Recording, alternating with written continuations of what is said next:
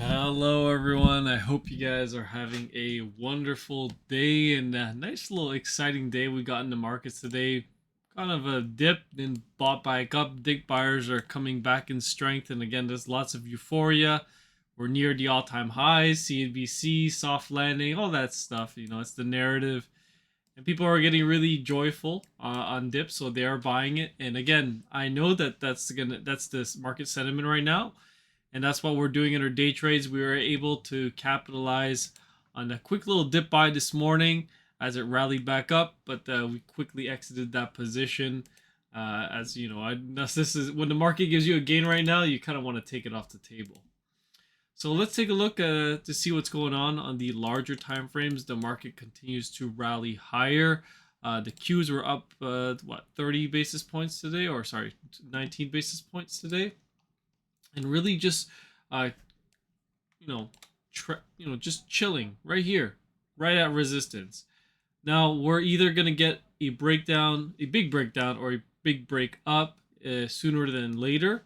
You can see here that you got a nice little upsloping trend line on the Qs, and then you also have some, I believe, a downsloping trend line right here as well. So again, you're getting coiled up for a big move here.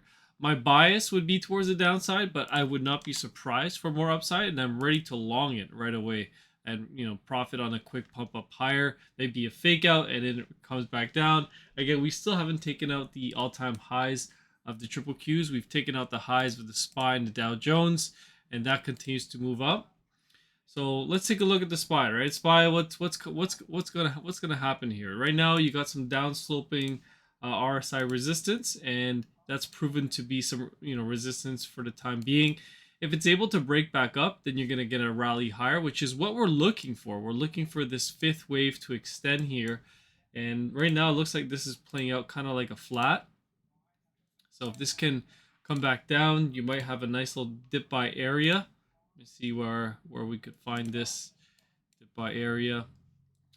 Right here, right around 576. Again, this is a very short-term trade idea, trade setup. If it comes down here, you have a good chance of a possible reversal, and then an extension higher to go inside of this fifth wave, and then a bigger pullback possibly, and then so on and so forth. And we'll go from there, right? We'll go from there. And if it wants to extend higher to the 600s, I'm not opposed to it at all. And I'm actually, I'm ready for that move higher.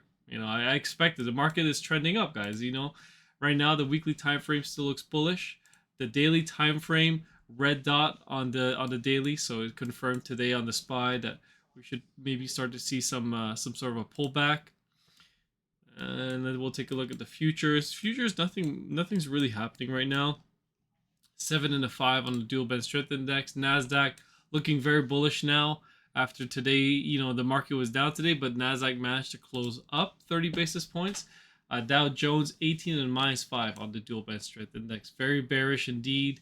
But I think the weekly charts are still all good. The weekly charts on all these indices are still very good here. There's nothing to complain about, really.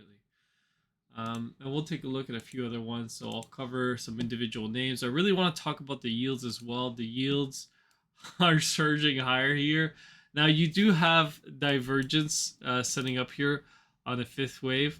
So you're inside of this fifth wave. So now you got 5 waves up. So you know that this move here has probably come to an end. This Y leg could have ended here. You may not see lower rates, unfortunately, in the 20-year, which means all these counts are truncating and ending early. And if that's the case, then this market is getting ready for a massive rally in yields, and it's probably going to be inflationary, right? And that's why we're probably going to get this melt up scenario now. Now, if you do get a crash or a pullback or a severe drop in the market, it's going to be viable because they're going to print so much money to make sure that the market stays up and continues higher, that I wouldn't be surprised that everyone gets it wrong and panic sells and does the wrong thing. People are FOMOing into bonds, expecting lower yields, and that's probably a mistake right now. Now that we hit the sell area, we came down, we made a lower low. that it may be over. It may be over, and we're about to see a new cycle higher in yields. And again, I told a lot of people what I was doing inside the Discord. I told you guys I was exiting the TMF trade. The TMF trade was a great trade that we entered at the lows and we sold at the around the highs. Not only time the top, but we sold around this area here. So a great 30% trade, and now it's getting hammered down, and for good reason. You know, the yields are surging. Now I think it's going to pull back eventually. So you're going to see this, this first wave come down. You'll get a wave 2 pullback. Once this is done, then you'll get a viable dip, possibly, or even maybe it comes back down to this resistance and it holds support. And then you have that third wave surge. That's when you're going to see the market maybe start to pull back or something, or they print money, or something's going to happen that's going to push the yields much higher. And you're going to break the 5.3 easily on the 20-year. And you're going to hit this area up here at 8 to 11% in the years that come. And again, it's not now, but this is what the chart says, and this is what's probably going to happen, most likely.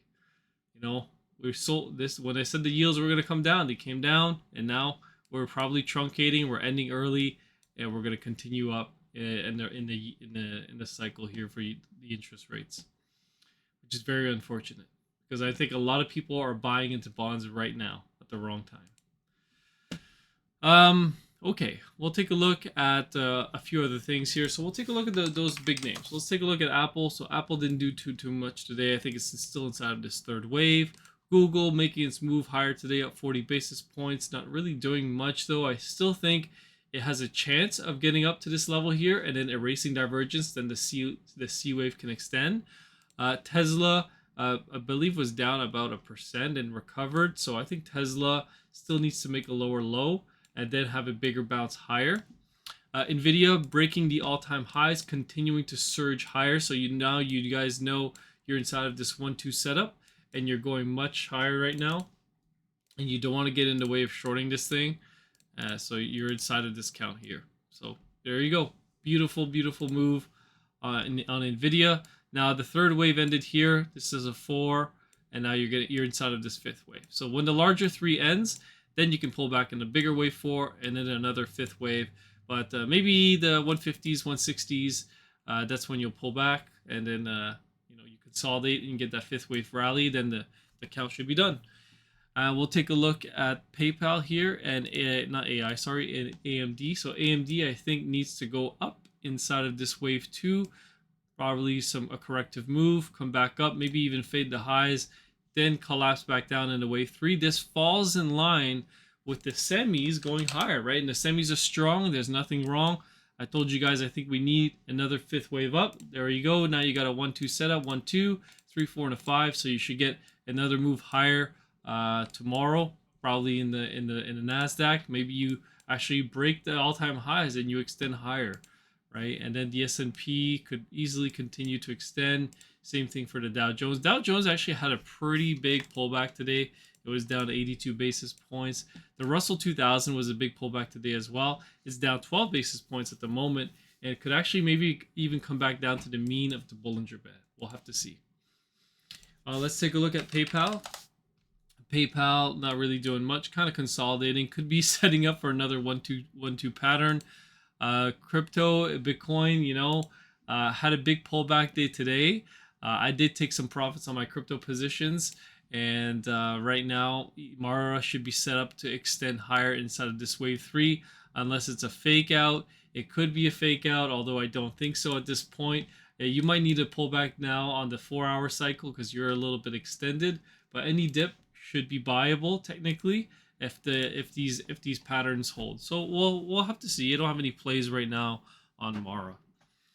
We'll take a look at. I don't think I was done. I wanted to take a look at Meta. So Meta's still inside of this wave 4, doing a corrective move. It's not over yet. People want to say it's gonna crash at any moment.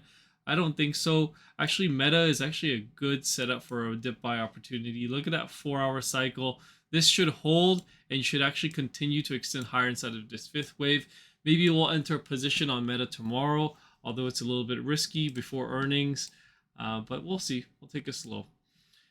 Oil kind of in the no trade zone for me at this point. It's invalidated a few setups that I've had, and so far, it was just short from the highs, but now that it's kind of just sitting here at 70 with a lot of geopolitical tensions, it's kind of in a bearish pattern as well. I'd rather just wait on the sidelines, wait for either the trend confirmation to either start higher or we see it collapse lower, and then I'll be a buyer down at these levels. But for now, not even touching it. No need to worry, no need to stress. And we'll take a look at a few more names. Why not? Let's take a look at Roku. Roku pullback 3.83%. Still think that this could be a B-wave extension. A flat. And if it is a flat, then this could actually be a nice setup for a dip buy opportunity down at the $69, $70 level, somewhere around there. 66 to 69 should be a nice dip buying opportunity if this can play out. And then that's pretty much it. There's not too much news this week. Nothing that really is gonna pique my interest that much that I'm gonna go crazy and do a live stream or anything. But I think that we're in for a rocky period before the elections, and maybe even a crazy pullback afterwards after the winner is announced.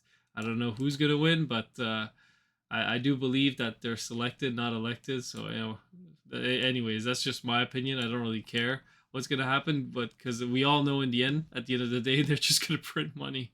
And that's because that's what they all care about, right? Money. It's all about money in the end, guys. And the market's gonna continue to churn higher and melt up because they're gonna devalue the dollar. And what's a sure thing is that gold and silver are probably gonna continue to push higher and higher and higher. Actually, silver today hit my sell area, and then it got rejected. So we'll have to see if we stop here and consolidate inside of a wave 4 and then extend in the fifth wave. So we'll see. I mean, I'm not in any trade right now on silver, but I have been very bullish on silver in the past, and I continue to be bullish on it. I hold physical silver, physical gold. You gotta protect your wealth. Anyways, that's it for today, guys. I don't have much to add. Just be safe, and if you guys want to get access to my trades, the link's in the description.